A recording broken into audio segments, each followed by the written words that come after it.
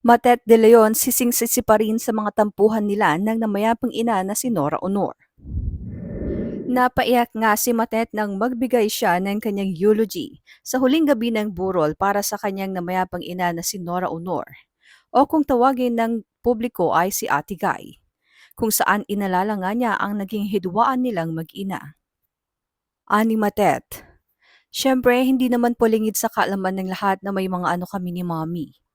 Ako po ang according to her good friends na nag-aalaga sa kanya. Palagi daw po akong binabanggit ni Mommy sa kanila as yung anak niyang sutil. Meron po kaming mga hindi pagkakaintindihan. Maraming times na hindi po kami nakakapag-usap.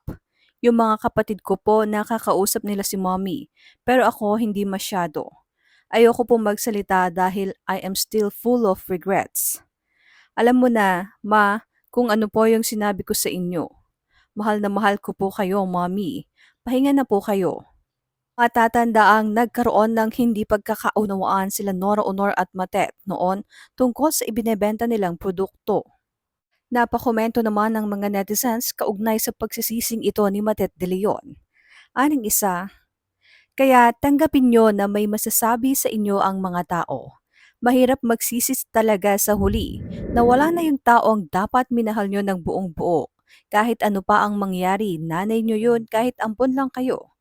Pinagkatiwala niyong nanay niyo sa ibang tao tapos galit kayo sa taong nag-alalay sa nanay niyo na dapat kayo ang gumawa dahil kayo ang mga anak. Dagdag pa ng isa, kahit ano pa ang rason ng hindi pagkakaunawaan ng magulang at anak, sana ay magpakumbaba na lang ang anak bilang respeto sa ina, lalo na at hindi naman niya biological mother ito. Respeto at pagtanaw ng utang na loob sa nagpalaki, nag-aruga at nagmahal. Walang makakapagsabi kung ano ang naging buhay mo kung hindi ka inampon ng isang mapait at mapagmahal na ina. Dagdag pa ng isa, life is short kaya minsan mahirap din may regrets at tampo sa pamilya, lalo na sa magulang. Kasi hindi mo alam bigla silang mawawala. Hindi lang applicable yan sa magulang, pati na rin sa asawa at mga in-laws. Ayon pa sa isang netizen, ang sakit sa magulang pagsalitaan ka ng hindi maganda ng anak mo. Hindi tayo dapat magmalaki sa magulang. Di natin alam kung gaano kahirap magpalaki ng anak. Malalaman lang natin pag magulang na rin tayo.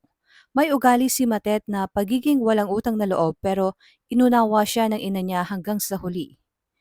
Dagdag pa ng isa, masakit sa nanay na tinitigis ng mga anak. Di nila alam mga pinagdadaanan nito at kung dumating ang ganyang pangyayari, magsisi ka man, di na niya madidinig at kung anuman ang gusto niyong iparamdam, hindi na rin pwede dahil huli na ang lahat. That is for sure.